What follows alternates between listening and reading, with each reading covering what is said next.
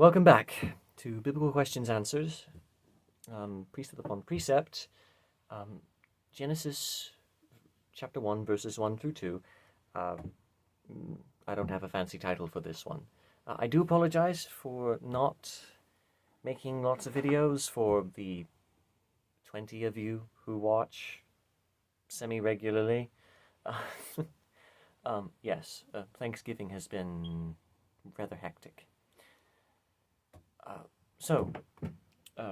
Obviously, the first two verses, an entire video about that. First verse, very simple. In the beginning, God created the heavens and the earth. Now, all those words could be talked about quite a lot, but I will talk about four in specific. So, the word for creation is in quite a few Bible verses. A lot of them. It's used quite a lot. Overwhelmingly, barring like a couple examples, but they're interesting, only about something that God has done. So that's very interesting because they have another word that they use for things that men do, but God also has instances where it's something that he does as well. So it'll be interesting to keep an eye on that word. God here is Elohim.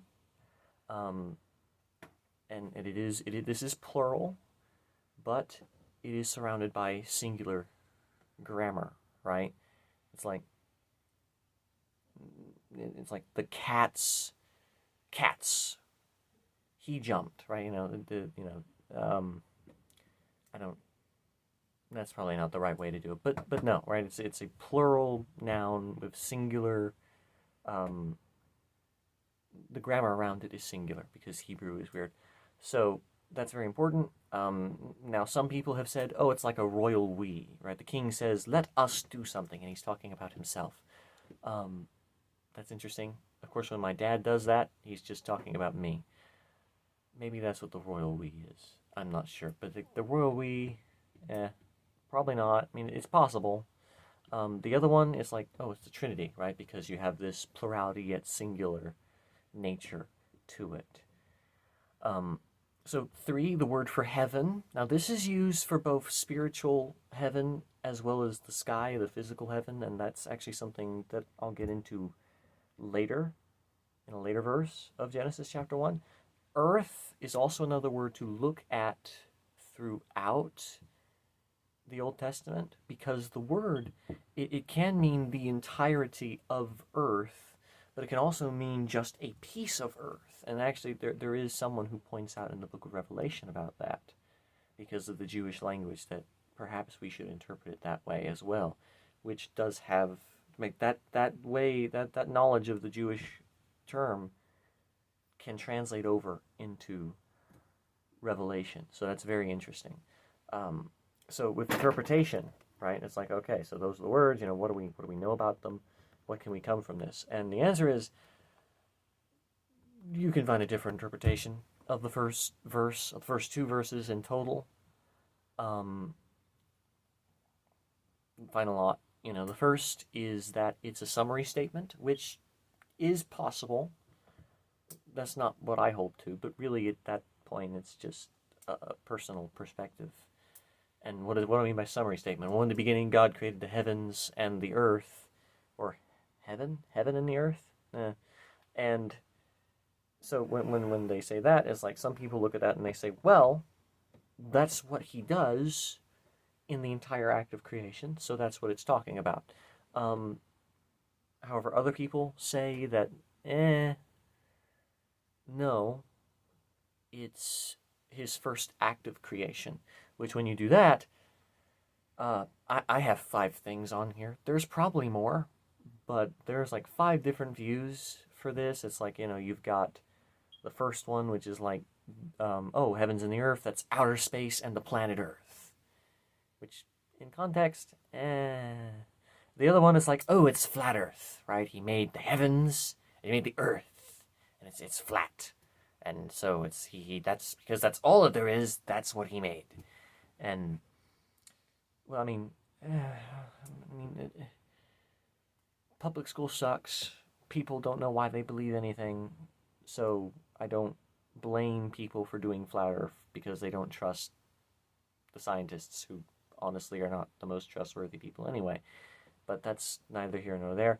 You've got Heavenly Realm and the Material Realm, which I do like that one, and I would probably, but that's not the point. So you do have, heavens, that's the heavenly realm, the spiritual realm, and then the earth is the material realm, the physical realm, and that is possible. The other one, which I also really like, is that it's the creation. It's the creation of matter, space, and time. That's the first verse, right? Because you got the beginning, which is time, right? Because the beginning would be the start of time. Heavens, which is, this expanse, would be like space, and then earth is matter. And I do really like that interpretation, because, you go into verse 2 and it's like, oh, well, the earth was without form and void, and it's like, oh, well, he made the matter, but he didn't make anything with the matter, and so I do really like that interpretation. I really do like it. And then, of course, you have the other one, which is the gap theory, which is, oh, that's a whole complete creation that he just did, and then in verse 2, it got completely annihilated. And it's like, well, I don't really like that one. I get it, and I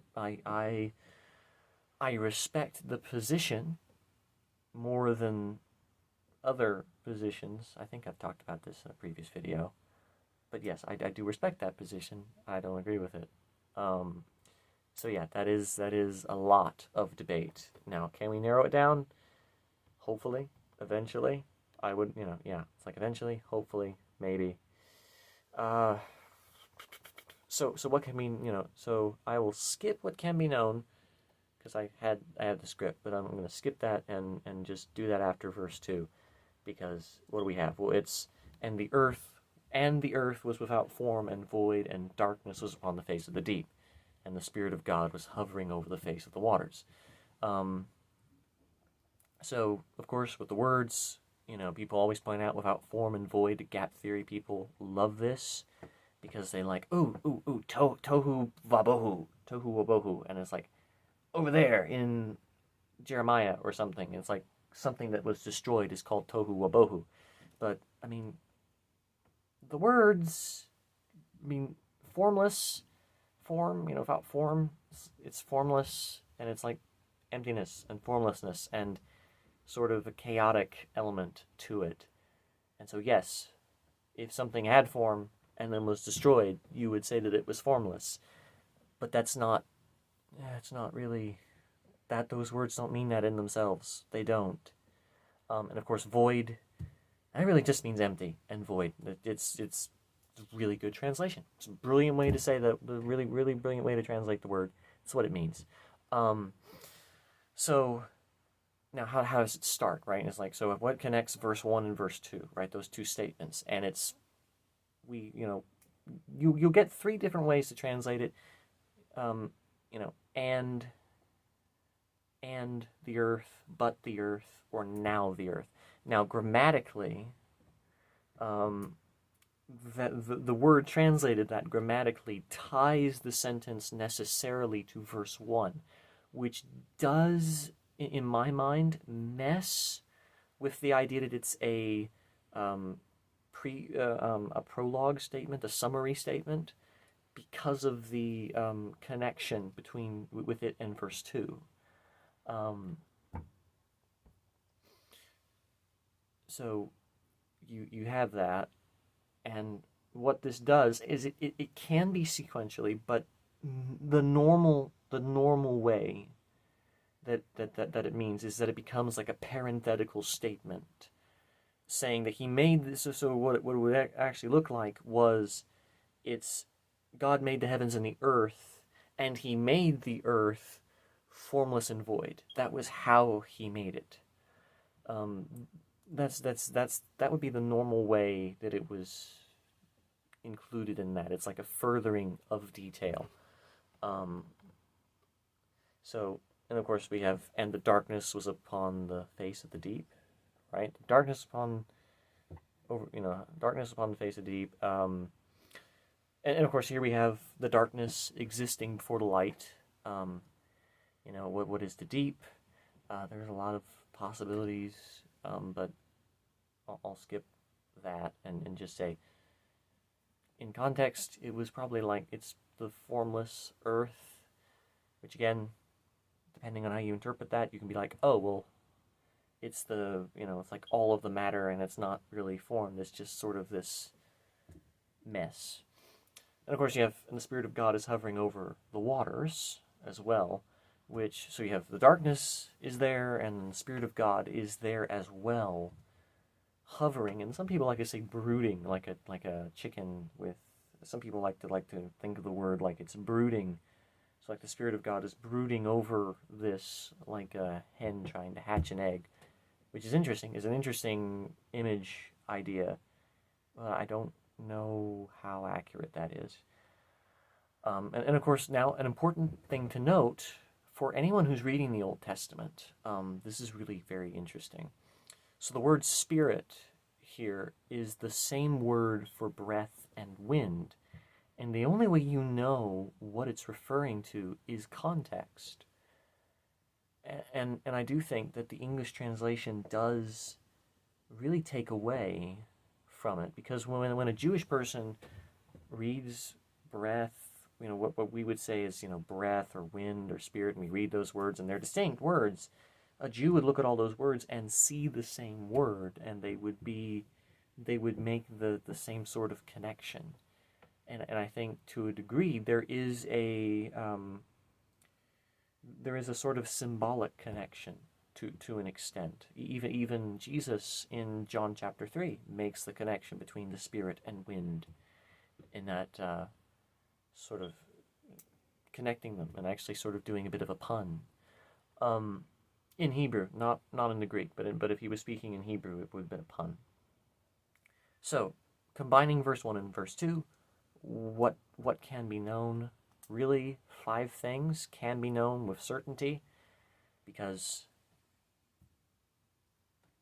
it's not exactly the most nobody agrees on everything, and everybody has lots of arguments. So there's not. So God created something. In verse 1 and verse 2, God created something. What He created was called the heavens and the earth.